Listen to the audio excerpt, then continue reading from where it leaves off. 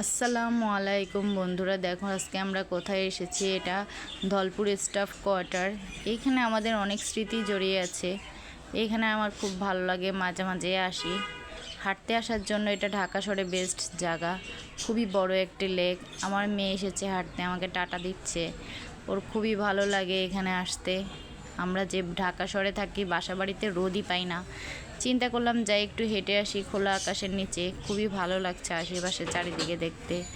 মানুষগুলো অনেক সকালে আরও বেশি থাকে, সবাই হাঁটাহাঁটি করে। আমি একটু বেলা করে আসছি, কারণ সকালের দিক দিয়ে আমার খুব শীত লাগতেছিল।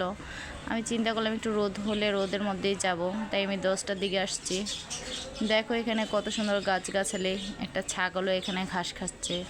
খুবই ভালো লাগতেছিল লতা পাতার পরিবেশটা।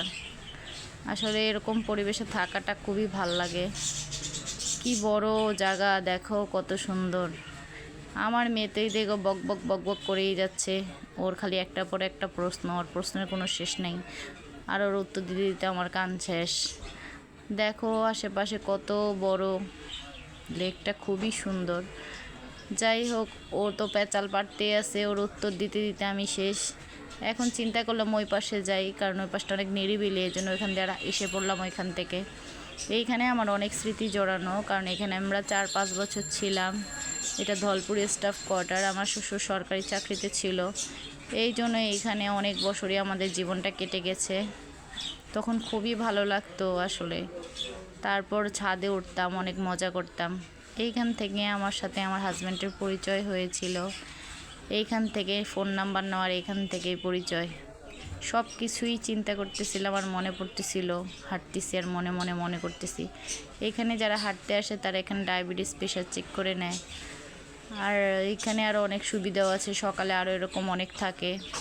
দেখো এই জায়গাটা ভেঙে কী অবস্থা হয়েছে, আগের মতো পরিবেশ আর নেই। রাস্তাগুলো ভেঙে চৌচির হয়ে গেছে। এইখানে আমাদের অনেক স্মৃতি জড়ানো। এইখানে অনেকগুলো বছর ছিলাম। ওই কথাগুলো খুবই মনে পড়তেছিল, অতীতে ফিরে যেতে ইচ্ছে করছিল। এইখানে কত হাঁটেছি, কত বসেছিলাম, কত ভালো লাগতো। আর এখন সব একটা সময় হয় কি, সবাই একা একা অনেক দূর চলে যায়। সংসারগুলো একসাথে থাকে, সবাই যার যার রাস্তায় আলাদা আলাদা ছুটে বেড়ায়। এরকমই হয় আসলে। বছর পের হলে দেখা যাচ্ছে কেউ বেঁচে থাকে, আবার কেউ মারা যায়। চলে যেতে হবে সবার একদিন, আবার একসাথে সবাই একসাথে থাকি। বিয়ের পরে ভাই বোনগুলো আলাদা হয়ে যায়, তারপরে আবার শ্বশুর বাড়িতে সবাই একসাথে থাকি, আবার সবাই আলাদা হয়ে যায়। এটার নামই জীবন। কি সুন্দর করে রোদ পোহাচ্ছে, দেখো কুকুরটি শুয়ে আছে। এই দেখো আমরা হাঁটতে হাঁটতে আরও কত দূরে আসলাম। এই লেকটা আসলে অনেক বড়। গাছটা দেখো পড়ে আছে, এটা ভেঙে গেছে। গাছটাও পড়ে আছে, কীরকম লাগছে গাছটা দেখে। আগের মতো এই কোয়ার্টার আর নেই, কীরকম যেন হয়ে গেছে, সব কিছু শূন্য শূন্য মনে হয়। পিলারগুলো দেখো ভেঙে পড়ে আছে। পুরো কোয়ার্টারটা কত বড়, কত বড় লেক, কী সুন্দর গাছ, খুবই ভালো লাগতেছিল। এইখান থেকে শুরু হয়েছিল আমাদের জীবনের শুরু। মাঝে মাঝে এটাই চিন্তা করি, এইখানে বুঝি ভাগ্যটা শুরু হয়েছিল, শেষ কোথায় হবে জানি না। গাছগুলো সুন্দরভাবে দাঁড়িয়ে আছে, দেখতে সব কিছু মিলেই খুবই ভালো লাগছিল। আসলে তখন দিনটা এমন ছিল, আর আবেগটা এত বেশি ছিল, মনে হচ্ছিল যে হয়তো সব কিছু হারিয়ে ফেলবো। অনেক কিছুর ভিতরেই এই সময়টা পার করেছিলাম, যখন এখান থেকে জীবনটা শুরু হয়েছিল। এমন যখন প্রথম প্রথম মানুষকে পছন্দ করে, তখন মনে করে যে জীবনের সব কিছু মনে হয় এইখানেই সব। আসলে বাস্তবতা যে কত কঠিন এটা কেউই জানে না, কেউই বুঝতে চায় না। আসলে প্রথম ভালোবাসলে যা হয় আর কি। যাই হোক, অনেক কিছু মিলেই চিন্তা ভাবনা, যে মানুষ আসলে কিভাবে যে কী থেকে কি হয়ে যায় কেউই বুঝতে পারে না। দেখো সামনে গাছটা কিভাবে পড়ে আছে, একদম ভেঙে গেছে জায়গাগুলা, কি অবস্থা। একবার অনেক বিদ্যুৎ বর্ষণ হয়েছিল, তখন এগুলা পড়ে গেছে। এগুলো আর ঠিক করা হয়নি। এত সুন্দর একটা বিনোদন কেন্দ্রের মতো জায়গা, এগুলো আসলে সরকারের ঠিক করা উচিত।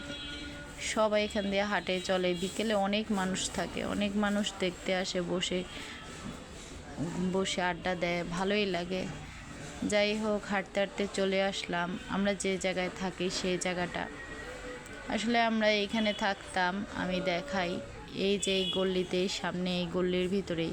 আমার মেয়েও এখানে চিনে না এই জায়গাটা যে আমরা আগে থাকতাম। ওকে বলতেছিলাম যে আম্মু আমরা এখানে আগে থাকতাম। ও বলে এইখানে তোমরা থাকতা? আমি বলছি হ্যাঁ।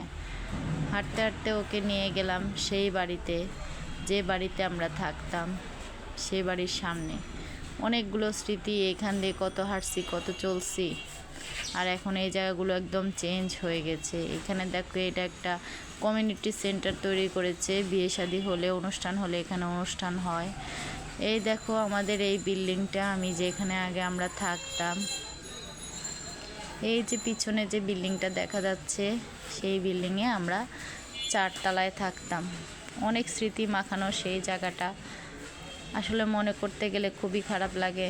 অনেকগুলো স্মৃতি। এখান থেকে আমি কলেজেও যেতাম, সেখান থেকে আবার আসতাম। স্মৃতিগুলো সবই মনে পড়তেছিল।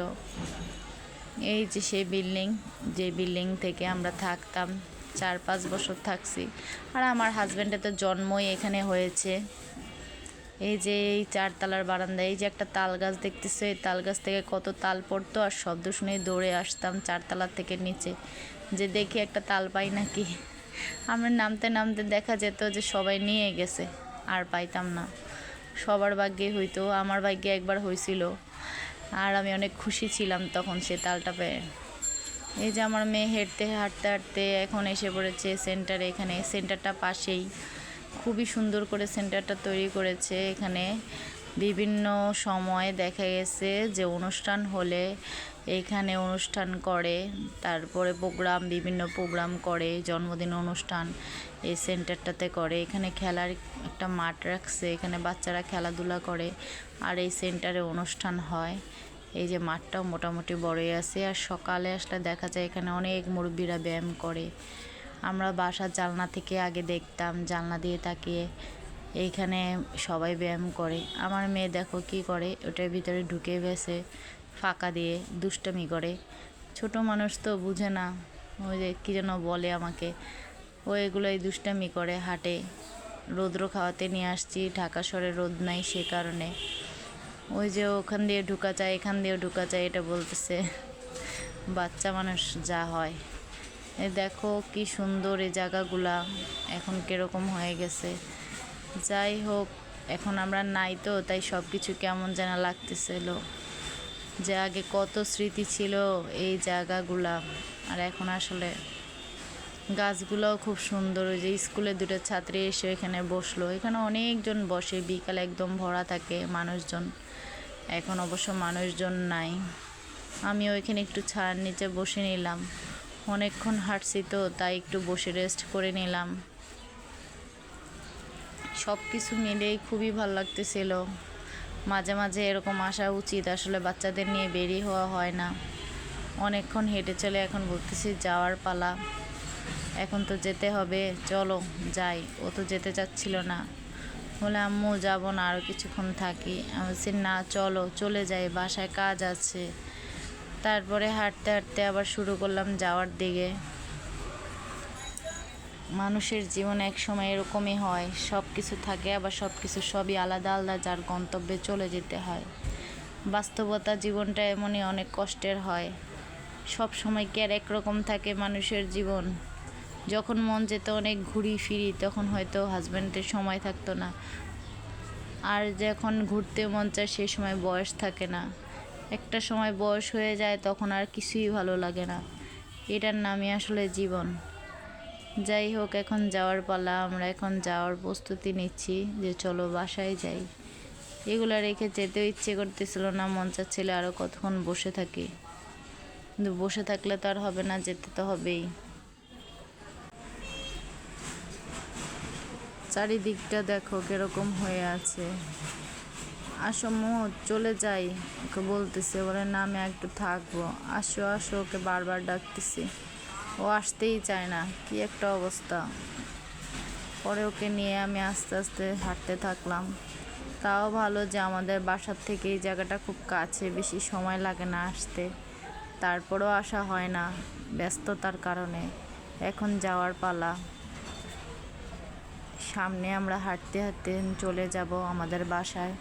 আমাদের বাসাটা কাছে এখান থেকে, তারপরেও আসতে মন চায় না, ভালো লাগে না আসলে। শীতকালে দিন ছোট, সময় একদম চলে যায়, কখন আসবো সেই সময়টুকুও পাই না। তারপরও সবাইকে বলি যে ঘরে বসে না থেকে বাচ্চাদের একটু সময় দেওয়া উচিত।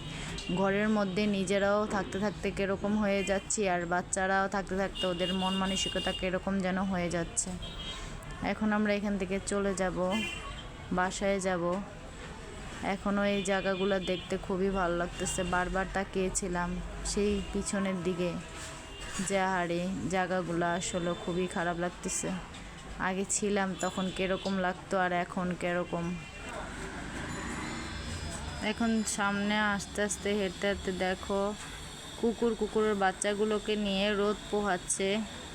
খুবই সুন্দর লাগছিল দেখতে বাচ্চাগুলোকে, কি কিউট বাবুগুলো। একটা বাবু কীরকম করতেছে, ও শীতের জন্য এখানে একদম গড়ি দিয়ে শুয়েই পড়ছে, দেখো কিভাবে শুয়ে আছে, কীরকম করতেছে, খুবই ভালো লাগতেছিল। যাই হোক, এই কুকুরের বাচ্চাগুলোকে নিয়ে তো যাবে না, কারণ কুকুর আমরা দূর থেকেই দেখি, পালাইগুলো হারাম, এগুলো আমরা পালি না। যাই হোক, আমার মেয়ে নিতে চাইছিলাম যে চলো বাসায় যাই। দেখো আমরা শুকনো ডাল নিয়ে নিলাম, এই শুকনো ডালগুলো পেয়ে অনেক খুশি। এগুলো দিয়ে অনেক সুন্দর করে কিছু একটা তৈরি করব, বানাবো, যা তোমাদের দেখাবো কি বানানো যায় শুকনো ডাল দিয়ে। আচ্ছা ঠিক আছে, আজ এই পর্যন্তই, আল্লাহ হাফেজ।